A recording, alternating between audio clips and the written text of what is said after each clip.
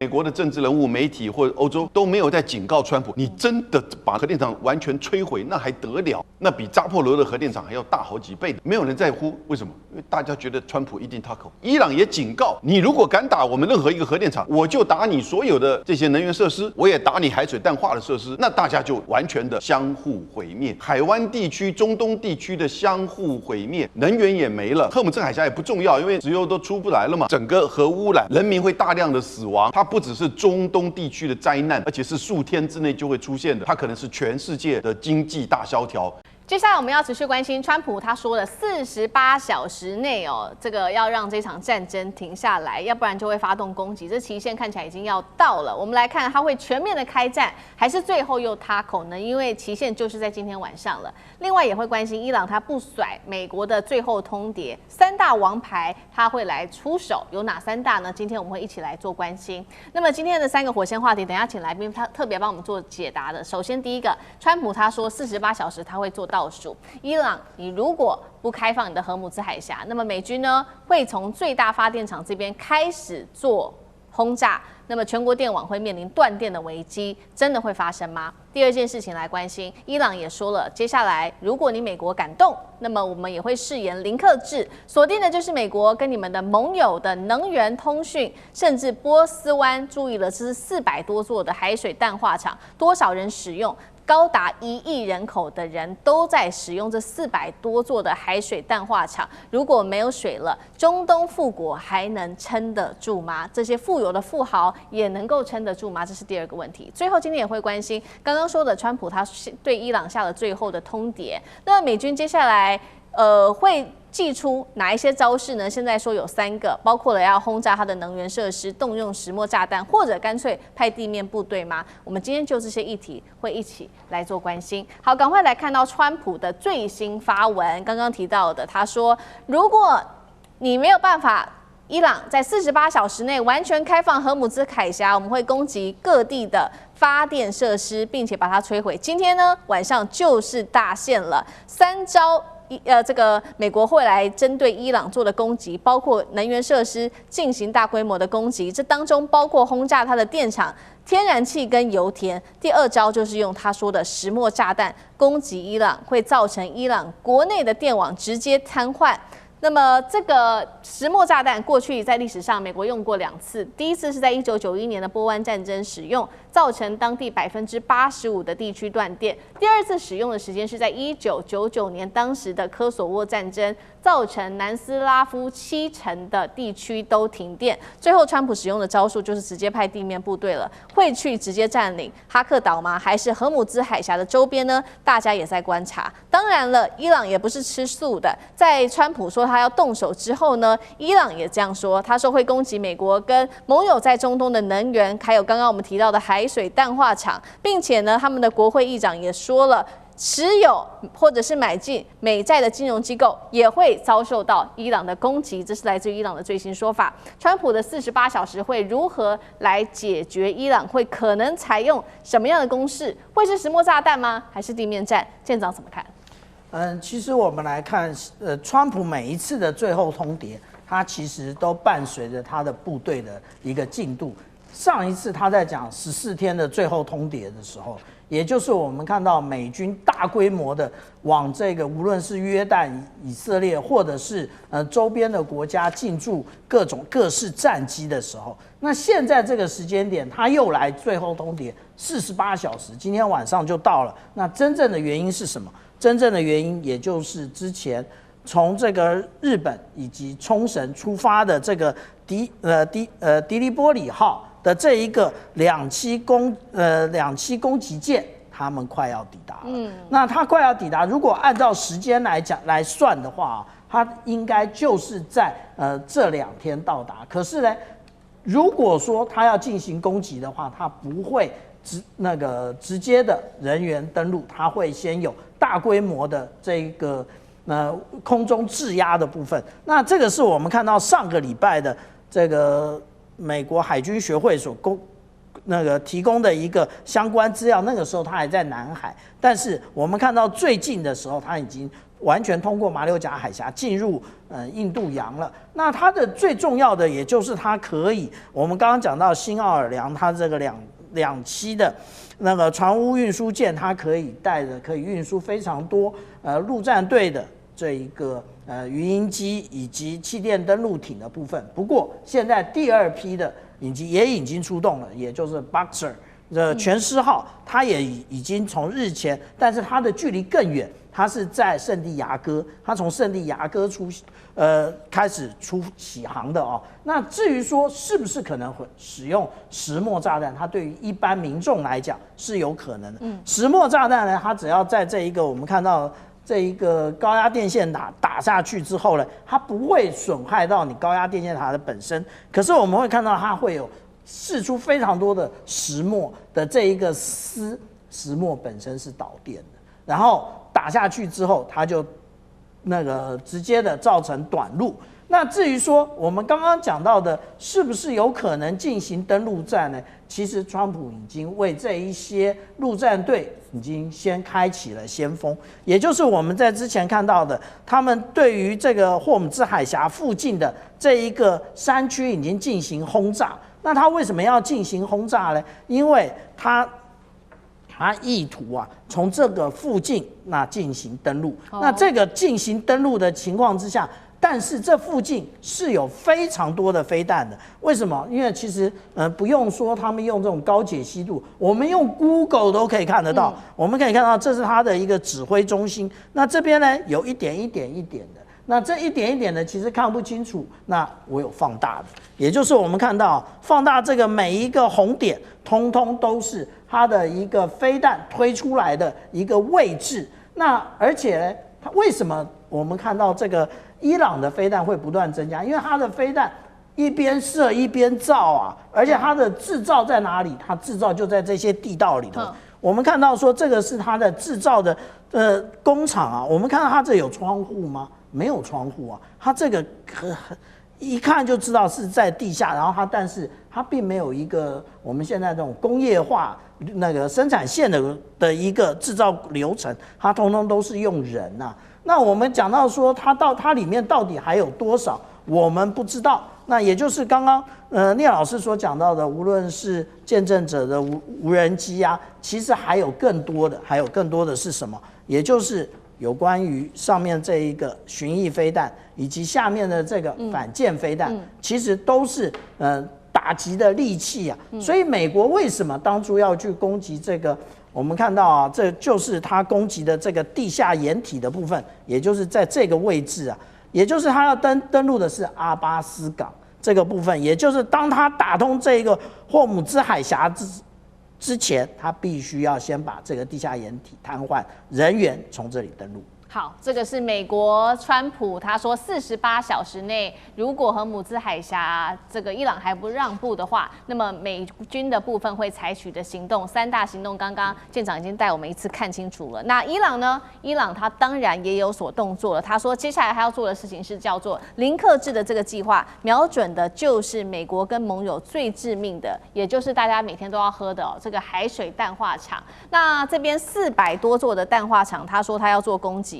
这边供应的是1亿人口，刚刚讲到了。我们来看到哪一些国家特别依赖这些淡化厂，其中 CG 面板上我们看到卡达99%都是靠这一个淡化厂的，还有科威特、巴林等等，也是同样90%以上。那如果伊朗真的去攻击的话，还得了呢？会变成波湾公敌吗？那重点来了，中东的这些富人撑得住吗？杨老师怎么看？川普在台北时间3月22号早上的7点44分，在他的 True Social 推文，他说给伊朗48个小时，你要完全的就是放行荷姆兹海峡，否则我将会轰炸而且摧毁。他用轰炸且摧毁所有伊朗的电厂，就从最大的电厂先开始。伊朗最大的电厂是什么？是刚才小舰长提到的那个核电厂，叫布什尔核电厂，在伊朗的西南部。那个是2011年开始启动的，但是其他的电厂伊朗有几十个，都大部分是用天然气发电。所以换言之，如果照他所说的，明天早上3月24号早上7点44分就48小时到台北时间，那我们就会看到川普接下来会不会就开始发动攻击伊朗第1大核电厂，然后接下来所有其他的核电厂，而且要把它摧毁。我把它叫黑色星期2。如果真的这么做的话，对，我跟各位保证，川普一定踏扣，不可能做这种事情。但是他会不会攻击其他的设施？我觉得会，也就是他会把这个攻击提升，攻击其他的设施。因为如果真的照他所说的48小时要把整个核电厂击中且摧毁，而且所有的其他的电厂，第一个所有的战争当中不会去针对这种大纯粹民生式的设施，因为你会造成大量的人道的伤亡。这个还不讲核污染哦，刚才小舰长有秀那张图，那个核污染是整个海湾哦。然后呢，整个伊朗的学校、人民，然后呢医院就没电，数千万人没电，这个会造成多大的伤亡？那扎波罗热核电厂不就一直没有被打吗？所以过去我们曾听过，以前那种好像是这个在对日抗战的时候让黄河决堤，有这样子的种说法跟好像传闻过。那个时代的战争真的是打这种形态的战争，现在你还玩这种战争，不可能。所以你有发觉到美国的政治人物、媒体或者欧洲都没有在警告川普，你真的把那个核电厂完全摧毁，那还得了？对，那比扎波罗热核电厂还要大好几倍的。没有人在乎，为什么？因为大家觉得川普一定踏扣。那当然最重要的是，伊朗也警告你，如果敢打我们任何一个核电厂，我就打你所有的这些能源设施，我也打你海水淡化的设施，那大家就完全的相互毁灭。这种海湾地区、中东地区的相互毁灭，能源也没了，赫姆镇海峡也不重要，因为石油都出不来了嘛。然后呢，整个核污染，人民会大量的死亡。你可以想想看，它不只是中东地区的灾难，而且是数天之内就会出现的。它可能是全世界的经济大萧条、能源大危机。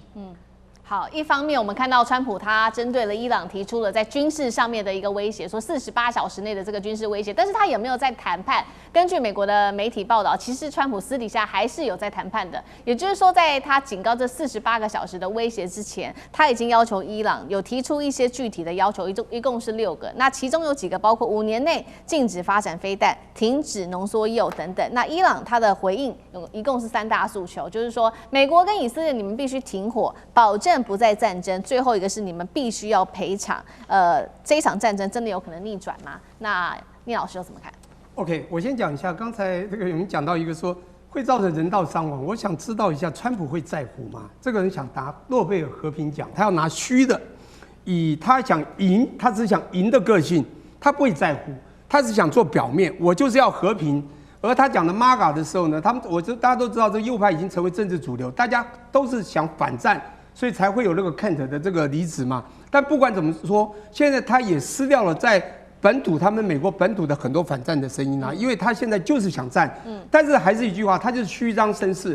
虚张声势，我说他牌其实没那么大，他喜欢用喊的、玩刷的方式。但重点是，他以他粗暴的做法，他难道虚张声势就不会动吗？他就是有时候一火了想赢就不用智慧，他觉得他霸气十足，军武太强。他完全错了。我刚刚讲过，这伊朗现在做的2个嘛，一个在攻击上，它是以完全对等反击的方式，以牙还牙的方式嘛。这个呢，我把它称为叫马拉松理论嘛，它就以小放大，先用无人机，再慢慢2000公里、3000公里、4000公里，告诉你我还有更多。他预留了实力，川普会不会怕？其实他看在眼里也知道，他怕的不是打不赢，是根本耗不起。第2个呢，我讲他的攻击战术，防御战术，刚刚就讲到地鼠理论嘛。边打边造嘛，所以你看他中间还会出来，所以川普也看不到你到底一个国那么大，文化这么久，人那么多，你还有多少东西能跟我对视？我赶出去你还不怕？其实怕的是川普。我这样讲一下哈，你虚张声势久了以后，请问一下对方怎么样？对方一硬，只要2样东西，第一不怕死，第2很重要，看穿了你川普，他才敢这样硬下去嘛。那他知道你可能是打得赢，但是你打赢了你耗不起，你耗下去完了。这是一个标准的消耗战，大家还看不清楚吗？当然，我刚刚讲到很清楚，它一天已经分析出来是8.91亿的这个美元的消耗。请问美国的军武，不管是飞弹，所有的战机，所有的东西，它的库存有多少？他真的这个全世界他所有的实力只为了打伊朗吗？他未来不要活了，未来不用再去支援我们不要讲攻击别的国家，支援其他想要帮的这个所谓的阿拉伯也好、北约去协助吗？他又连能力都没有，要求人家来帮他了。请问你觉得他还敢真的一直打下去吗？讲到最后一个地面作战，我觉得有时候啊，我不知道他到底要想到什么。我的认为啦，1955年到1975年发生什么是越战，美国发生了什么样的一个地面部队，最后怎么样？阿根廷战看到什么那个兵吓到都紧张，都什么都杀，什么都打。这不就是跟以前蒋舰长听他说过，兵会受不了，在水这个福特号里面会把气到你知道吗？超过半年还在服役，连那马桶都把它塞了，对不对？情绪不对啊！你这地面战打到这个兵会受不了的，因为一拖长，美国会输。第二个，伊拉克也很清楚嘛，用一个假的化学性毁灭性武器就去攻，从2003年到2011年打了8年9个月，最后的场景是怎样？再看看阿富汗。所以今天这个。我觉得还是一句话，川普真的太过自信，也太轻敌了。他这样走下去的话，我觉得不只是美国霸权呢、我觉得整个 MAGA 战线把这个川普啊，最后会很容易的就把他下架了。好，观众朋友，我们要赶快来关心的是中东的死亡海峡正式的开战了。今天会来特别关心到的是伊朗现在在荷姆兹海峡这边布满了水雷跟它的自杀快艇，美军的部分扫雷是否跟得上，是否慢一拍呢？我们今天也会关心，现在整个荷姆兹海峡已经变成全球最危险的海上战场了。今天就这些议题一起来做关心，因为这个最新的消息是来自于 CNN。西方媒体的报道，伊朗现在已经在荷姆兹海峡大规模的布雷了。情报指出，伊朗是有能力在这个航道上面投放数百枚水雷的。来自于伊朗的最新说法，我们还有28艘的潜艇啊，接下来的6000枚的水梅是随时做待命。而就在录影前，我们收到的最新消息是来自于英国海上贸易行动办公室发布的最新消息，已经收到了报告，说有一艘货轮在荷姆兹海峡遭到了不明的飞行物击中，导致船上起火。那么该船已经正式的请求援助，现在这些船员生死未卜，正在进行撤离当中。这是我们收到的最新消息。伊朗革命卫队现在也发出了一个最新的警告：美以你在搞事，1公升的油你也别想再运出去，也直接跟川普发出了威胁，小心不要自己被歼灭了。伊朗继续的说，他说宣布驱逐美国跟以色列在这边的大使，军舰接下来可以无限期的通行荷姆兹海峡里面，伊朗自己的军队可以，也正式的是等于宣告了这个海峡的主宰权在伊朗的手上。我们看到美国又是怎么说的？川普现在最新要求伊朗立刻的移除这一些布雷的水雷，否则会面临严重的军事后果。如果敢封锁海峡，美国将会20倍的对你加以奉还。那确实，美方也已经祭出了最新的军事上面的行动，摧毁了在荷姆兹海峡上面的伊朗海军舰艇，其中包括了16艘的布雷船。那么我们现在也要来看到的是，美国现在确实在荷姆兹海峡面临许多的压力哦，就是因为现在它的扫雷的能力恐怕也撑不起这一场海上的博弈，因为我们看到整体来看到伊朗在海上的部署有哪一些，还有海底跟陆上，海面上有自杀快艇跟它的布雷艇，现在密布在这个上面，海底还布了水雷，再来看到空中还有无人机监控跟寄出攻击，岸上更部署了反舰飞弹等等。也就是说，一旦美军的护卫游轮进入到这个海峡，可能面临的就是多重的火力网四面楚歌。水雷只要一旦引爆，那么游轮连锁的爆炸的效应可能再起。今天节目一开始要特别请教干哥怎么看了？现在伊朗等于在这个海峡上面布了各种的武器，刚刚提到的自杀快艇到布雷艇到水雷、反舰飞弹等等，这个多层的海峡防御网，美军如果强行突破，会发生什么样的后果吗？荷姆兹海峡现在已经正式的变成战场了吗？干哥怎么看？好，仔细看一个数据，说6000枚水雷随时待命。我说不要6000枚了，60枚你头就痛，你知道为什么吗？水雷是最难扫的一样工具，也就是说，我们今天常常会听到地雷，对不对？地雷其实在我们一般人的认知之中，就是人员杀伤雷，它是埋在地底下的。那个已经很难清了。如果它是水雷，它会更难清。你还记得你小时候可能看过那个电影，就是说有一个大大的很多刺，然后布在那个海面的下面一点点，然后用那个铁链绑起来，那是2次大战旧的水雷的你的印象。现在的水雷不但轻，而且质量轻、密度高。然后呢，它分2种，一种是什么？一种叫细流雷，就是我刚才讲，它会有一个铁链绑住，但是它质量都很轻的。然后另外一个叫什么？漂流雷，它飘哪里去你根本不知道。光60枚你丢下去很容易啊。为什么？可以用直升机布雷，可以用快艇布雷，还可以用军舰布雷等等，你还可以用帆船啊。只要是那种一般的那种民用的帆船啊，它载了几颗，它因为那是很简单的，它是一个就是很笨的一个武器就对了，只要丢到海里去，它自然就会发出磁性。然后呢，美军的军舰全部都是钢制的，所以它会发出磁性。只要地雷、水雷接收到那个讯号的话，你进发它就会爆炸，就这么简单。所以水雷的效用是在这个地方。2次大战，英国在挪威峡湾布放了很多水雷，就是要遏制它的无敌战舰啊，叫铁壁之号开出挪威峡湾。那对于像这样子的武器，我跟你讲，荷姆兹海峡只有33公里，那么窄而已，跟我们台湾海峡那个宽度啊，还要更窄得多。所以你知道，沿线的从波斯湾沿线下来的这些国家都是产油国，沙烏地阿拉伯、科威特、阿拉伯联合大公国和伊朗本身。再走过来就是荷姆兹海峡，再走出去是哪里？就是阿曼湾，然后再到了大海、阿拉伯海，这样这个油轮它才能够干嘛？把油运到全世界去。如果它在荷姆兹海峡，它就触礁，不是触礁，被爆破了。它如果说它受伤，通常一枚水雷只能够在船底打一个洞。为什么？因为所有的油轮都是超级油轮，那都超过10万吨。你用水雷你打不成它，除非用鱼雷或飞弹，你打不成它。但是它只要摊在荷姆兹海峡，它就是什么？它就是整个企业、整个全球经济的障碍。为什么？它堵住了。所以只要它能够堵住，我伊朗的那个任务就达成了，我的目的就达成了。所以现在好，那我们就讲川普说我们来护航任务。我告诉你，护航任务要怕的不是这些油轮，是美国自己的军舰本身。他怕死了。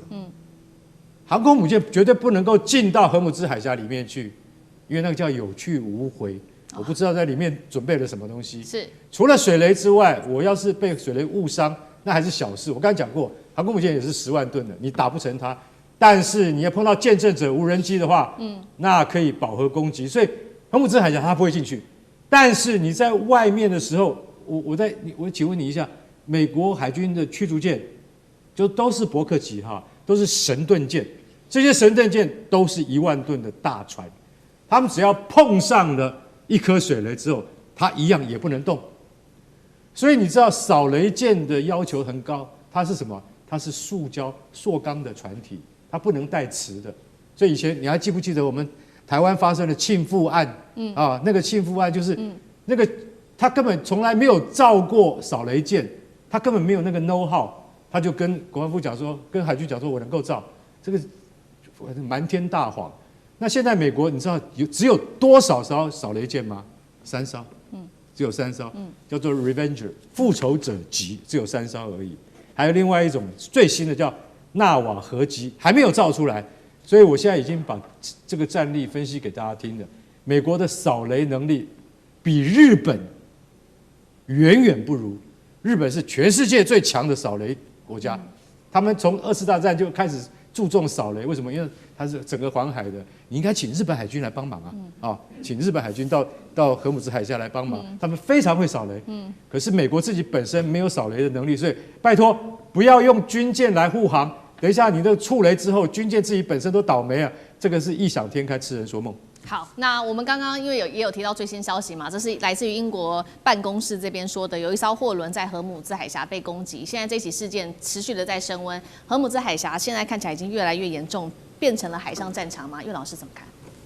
找日本过来帮忙扫雷也没有用啊！最主要的原因是因为荷姆兹海峡离伊朗太近。大家知道什么叫荷姆兹海峡？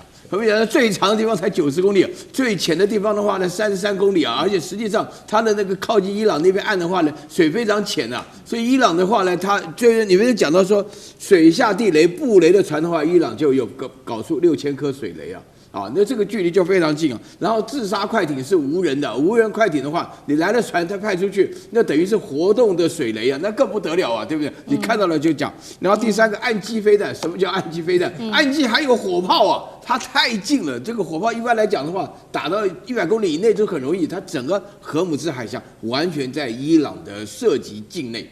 那现在要问的问题是，为什么伊朗这种不活了、鱼死网破了，大家一起同归于尽？大家不要忘了，伊朗也是产油的国家，他自己的船也要透过荷姆兹海峡出来啊，对不对？好，现在的话呢，这里面有3个部分，大家需要了解。首先，第一个，伊朗真的很生气啊。那个哈梅尼耶的话呢，哈梅尼耶的话呢，就是被杀掉以后，现在就为什么选择他的2儿子啊？穆贾什巴啊。这个最主要的原因就是因为伊朗全国上下都非常生气，这个宗教国家的生气不是一般人可以了解的，这个大家就要特别注意。然后第2点的话呢，就是美国跟以色列一开始对伊朗的时候狂轰滥炸，到目前为止只会以暴制暴的结果，那伊朗现在就决定跟你搞个鱼死网破。荷姆兹海峡是不能够封的。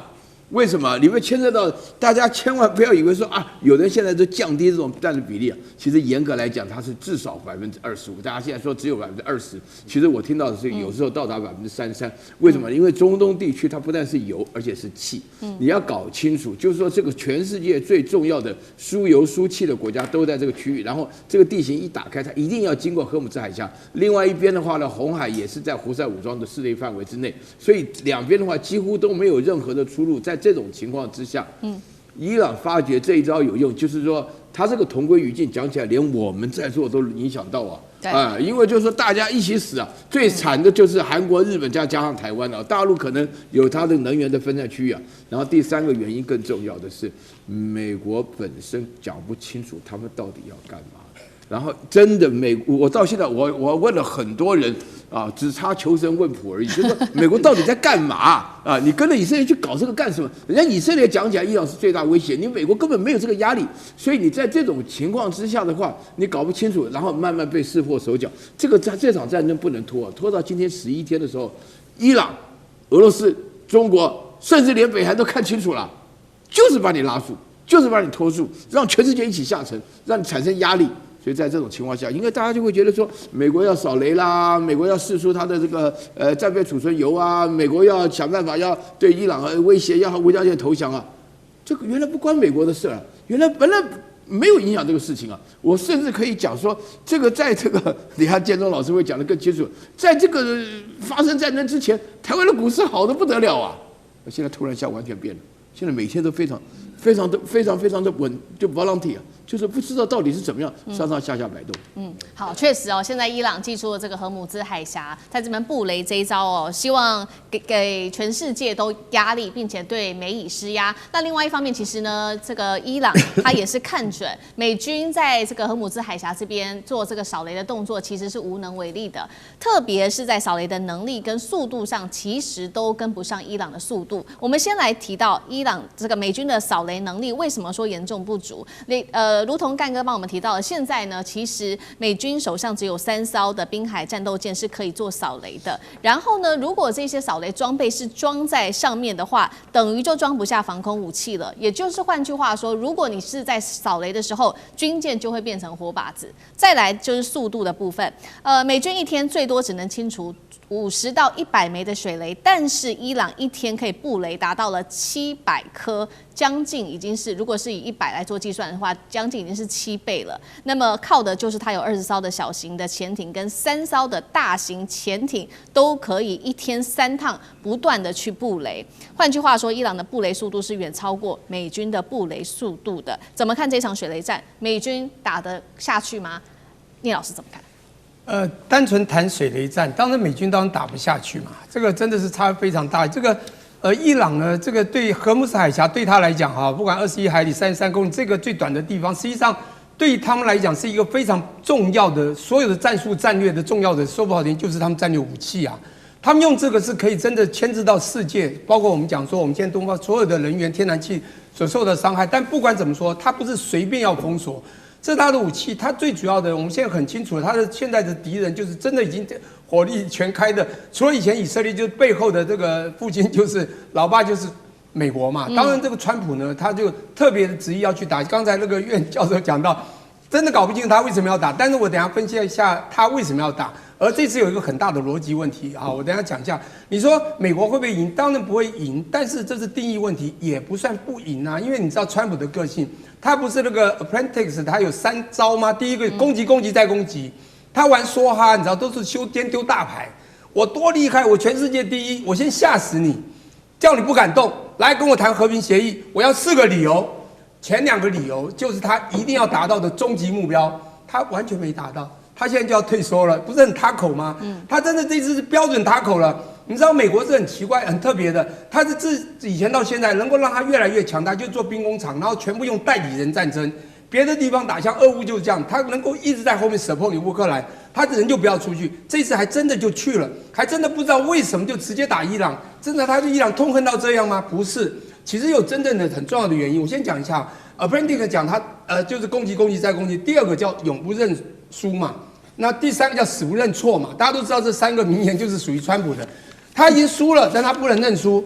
他原来觉得他一天，跟委内瑞拉一样，就可以把那个首领斩掉。他是已经斩首没错，他不知道整个伊朗的神权精神加上民族主义之间结合在一起，就算反对派也都没办法接受你把我父母杀了。这个问题很大，他才发现他错了。他原来一天就说4天5天可以解决，就打了10天之后，他说战争快结束了。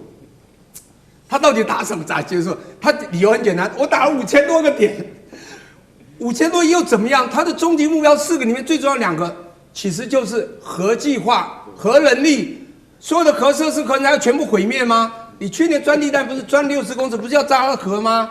结果没有成功，这次就一定做得到，他一直很有信心。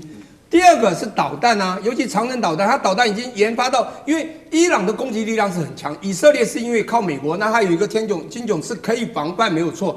可是你知道，它可以用你这一次大家很清楚啊，用便宜的无人机或者呢就可以用你很贵的什么爱国者飞弹去打掉，你知道，几百倍的军力去打，它已经消耗到了所有的，这是一个很大的消耗战，美国就被消耗很惨，以色列消耗很惨，所以你知道伊朗还有很好的战术，也就是在你把他的首领杀了以后，他们有没有认输？他们其实知道自己不可能会赢，但他也不愿意输得很难看，他必须全力反击。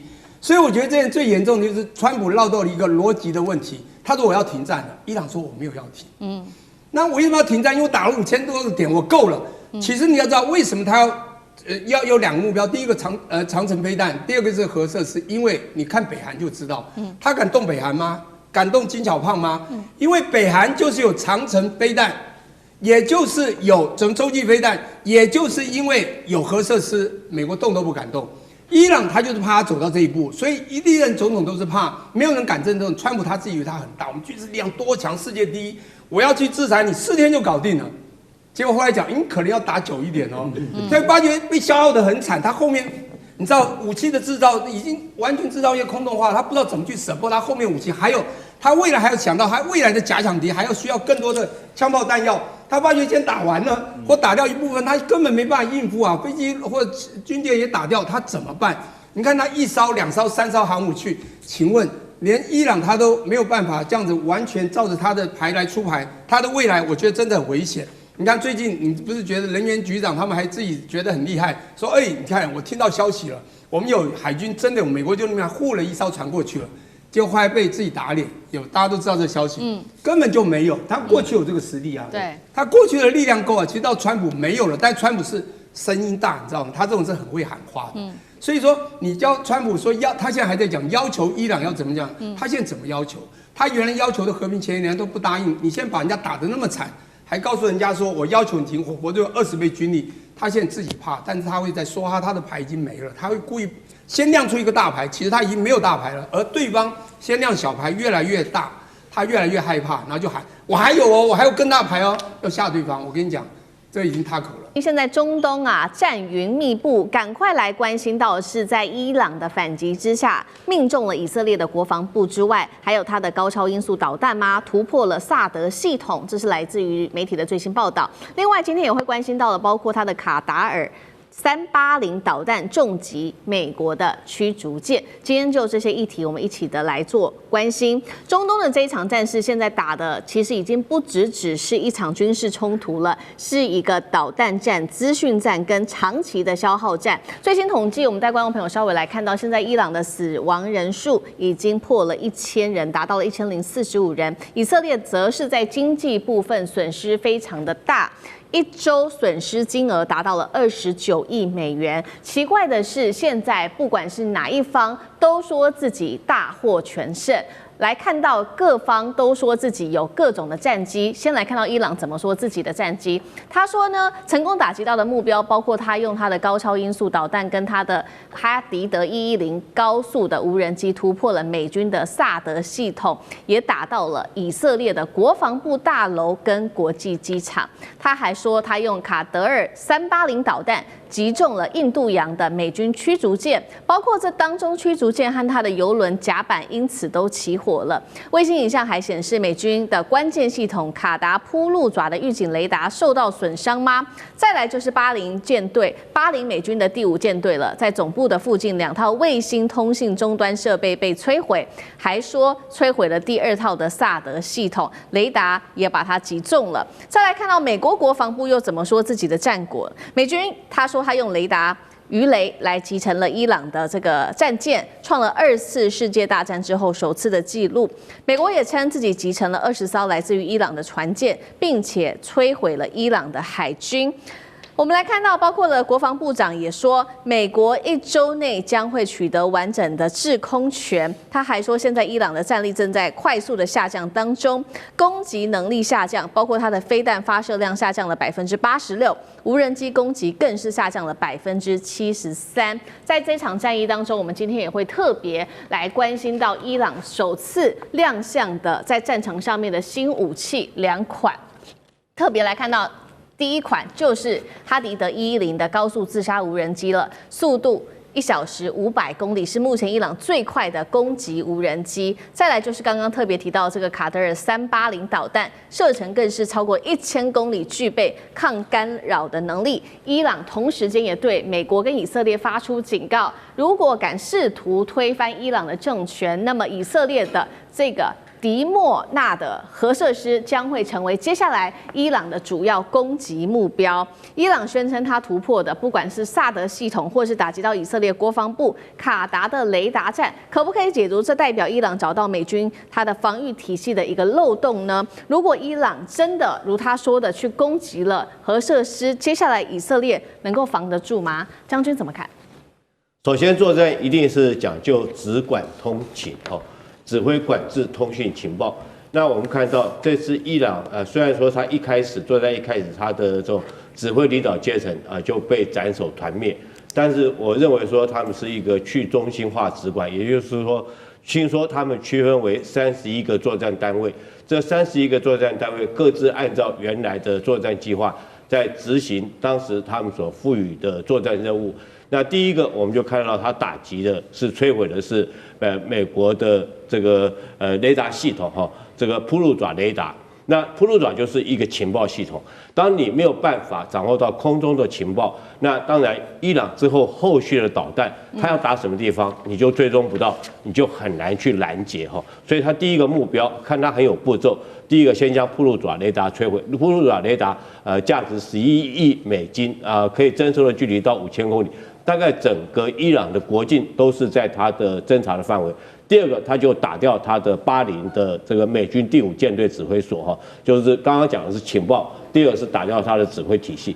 当你的指挥体系被打掉以后，你的指挥系统就混乱了嘛。紧接着下来，我们看到他打击的就是他的这个所谓的萨德系统。什么叫做萨德系统？它对美军防御有多重要？萨德系统这个全名称应该是叫做战区防空系统这个防空作战有很多种层级的，譬如说我们最基层的叫做野战防空，什么叫野战防空呢？像刺针飞弹，它跟着部队走的，部队走到哪里，它跟着走到哪里啊。它射程只有5公里，就到最后的时候，如果真的有直升机或者导弹，它做最后的防御手段哈。那是这个野战在大一点的叫做区域防空系统。区域防空大概就是200公里，就是这整个地区我都可以防空。这大概射程大概是200公里。那具体来讲，大概就是爱国者系列的导弹哈，譬如说爱国者3。那在更大的叫什么呢？叫做萨德，它是战区，战区的范围包括我们假设将中东定为一个战区的话，它整个中东就是它的一个战区。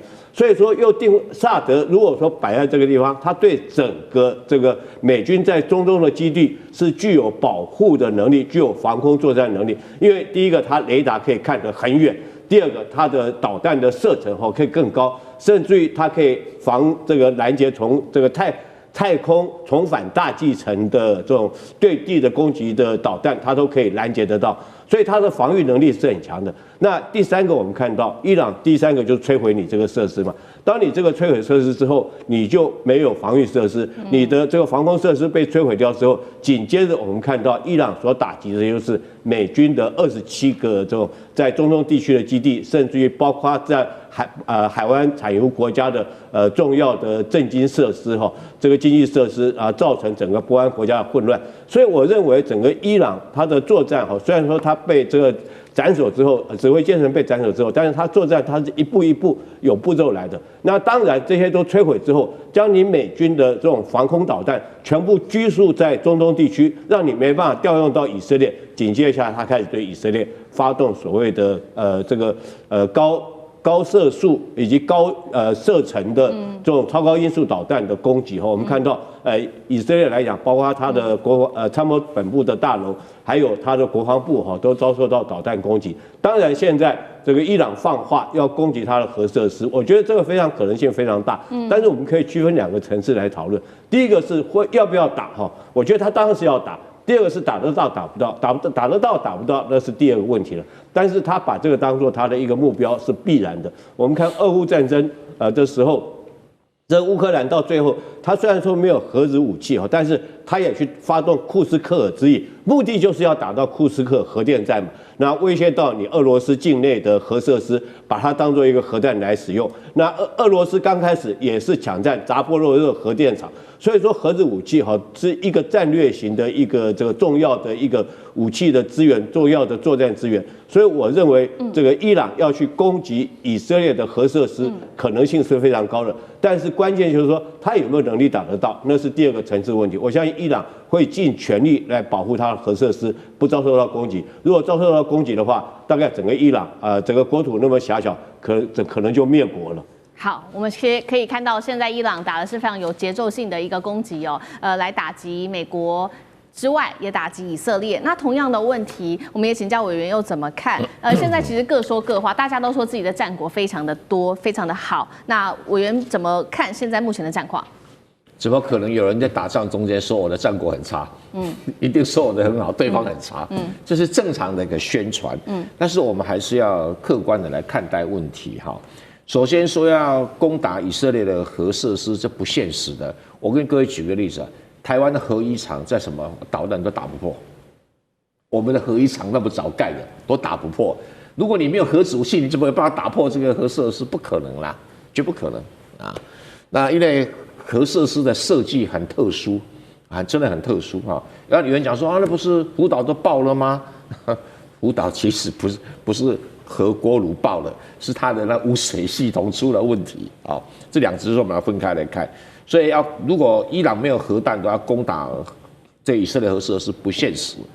同样的，如果以色列真的有核弹的话，伊朗有1座核电厂，2座正在盖的核电厂就结束了所以说伊朗这个生意可能不太划算。以色列只有1座它有3座都在德黑兰附近，这可能会很惨所以有时候在做这种战略设计的时候，有时候人要算一下比如说有人说那个伊朗可以打沙特啦、卡达啦的油田等等，这不失为一招。但问题他的自己的油田在对面所以这个到底划不划算这个要理性计算有人讲说不管了，我一定要跟你同归于尽，同归于尽，你的孩子吃什么饭对不对这是一个现在，而且革命卫队都非常有钱，有钱的人怕死啊，对哈。以前革命卫队会胜战，现在革命卫队不会胜战，因为家里很有钱，都住在德黑兰的北部的豪宅区，所以情况有点改变哈。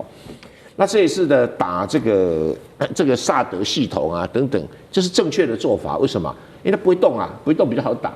像我们台湾的那个铺路爪就在乐山，在第一个时间就没有了。为什么？因为它不会跑。你爱国指挥弹还有那个飞弹车拉来拉去哦，那没有办法，还可以跑，可以煽动你们呢。这种固定萨德也是固定的、啊，这种固定的雷达战真的很好打，很好打哦。那个 ANSGSC 我跟各位说了，美军只要前面2个 AN 就是 Army and Navy， 就是陆军跟海军用的，所以一定会写个 AN 2个字。再来 GSC 好 ，G 呢就是所谓的一般哈，就是所谓的 ground， 就是 ground 地面的意思，一般地面使用的。然后 S 叫 Special Purpose Communication， 就是通信用的编号。那这款编号也是固定的。也很容易打，在屋顶上固定很容易打哈。那这个萨德系统的体积很庞大哈。那萨德系统 AN 也是 Navy， 也是 Army and Navy。那 T 是什么 ？T 是那个 transportable， 哦，就是可以这个运送的。也就是为什么韩国的萨德系统听说要搬到中东来，哦 ，transportable， 它不像铺路爪是完全固定的。然后 P 叫 pulse， 就是脉冲 ，Y 就是雷达的意思啊，脉冲雷达哈。那这个被击中，这很正常，我觉得很正常啊，因为听说东方某大国有卫星照片给他们，所以很容易打，所以这没有意外。但他打船就有一点的困难哈，比如说现在用卡德尔380哈去打这个美军，卡德尔380就是中国大陆的鹰击83。你把那个83倒过来就380，和鹰击83打的哈。那这款导弹其实是不错啊，而且它卡达380是加强版的啊，加强版的，所以击中了美军的驱逐舰。问题是击中美军的驱逐舰有没有沉没？似乎是没有，不容易，不容易嘛哈，不容易哈，对。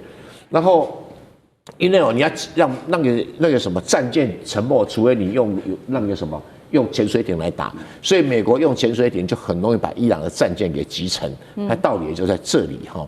那所以说有20艘船舰，美国你这么大打20艘，那个伊朗那个比较落伍的船舰没什么了不得啊。你说哎呦我这成绩很好，不以你的实力这样实在也不怎么样啦。我们主观来讲是这样子哈。那你美国本来要取得制空权，注意到全世界没有人能够取得100%的制空权，尤其有无人机跟导弹发明以后，以前讲的制空权是我控制飞机，就现在飞机不一定角色有无人机跟那个导弹那么重要了哈。那所以不要错了，伊朗的发射导弹量下降，那下降有个原因不是它导弹量数目减少，而是它的发射平台被打趴了，因为你不能把那个导弹拉到马路上去点个火，像放鞭炮一样啊。它的发射系统是要有雷达、指挥系统等等的追踪系统。那个它有听说有2000颗导弹，可是问题上的发射车才200座啊，200座已经被摧毁了大半，所以它即使有导弹，你也没办法发射。它不像中国大陆说在地下有5000公里长那么大，所以有能力有限。所以如果这样来讲的话，美国当然可以说他赢啊，因为他把它打趴了。那伊朗也可以说他赢了，因为他没有被打趴，对吧？好，所以这场战争消耗战还在持续的，美伊的战争还在持续的进行当中。那其实外媒现在最近几天也在持续的报道说，那中国大陆呢？中国大陆的角色在哪里？会不会在这场战争当中扮演比较重要的一个角色？那其实最新消息哦，大陆的外长王毅已经出来说了，他说这个战争不符合任何一方的利益哦。那么接下来会透过外交来化解争端，也会。中国大陆的部分派中东的问题特使到地区去斡旋。好，除了在外交上，现在王毅已经表态之外，五角大厦在去年也特别提出了警告，说中国企业长期向伊朗提供包括了有导弹的零组件、无人机技术跟电子设备，甚至还有消息说呢，这个王毅啊，在1号的时候跟俄罗斯的外长通过电话了，在当中特别提到，中国会确保伊朗的无人机供应链可以不中断。换句话说，这是为什么今天伊朗可以持续的做强烈的反击的原因吗？好，另外一个重要的数据就是现在看到了，在伊朗它的这个武器方面，好像还有源源不绝的武器吗？现在推估有8万到10万架的这个沙赫德无人机，每月产量还可以到最多500架。美国则是出现警讯，白宫目前正在追加的是500亿美元，要补充它的弹药库，并且紧急要求军火商赶快持续加速生产。中国大陆为什么在这个时候外媒说，没有出手帮忙，原因到底是什么？那伊朗现在可以不断的反击，跟中国大陆的资源有关系吗？赖老师又怎么看？是这样的哈，因为中国大陆的到目前为止的政策是不介入区域间的军事冲突，啊，这是到目前为止的政策。以后会不会改不一定，但是他在过去的历史中只有一次介入周边国家的军事冲突，那就是朝鲜战争。可是朝鲜战争又跟后来的战争不太一样，是因为当时的麦克阿瑟是朝鲜战争的主帅啊，他是主张要越过江打进中国的东北，而且要推翻这个中国共产党的政权啊，所以才会有这个所谓的让蒋介石出场。对，因为打得不顺嘛，打得不顺以后，他那个时候也有要蒋介石用国民党的军队，其实我们那个时候也损失蛮惨重的。为什么？因为他当时要蒋介石在这个滇缅地区打一个口，所以我们才会有滇缅军的反攻作战。那个时候我们的李将军率领的滇缅军打进云南，到的腾冲。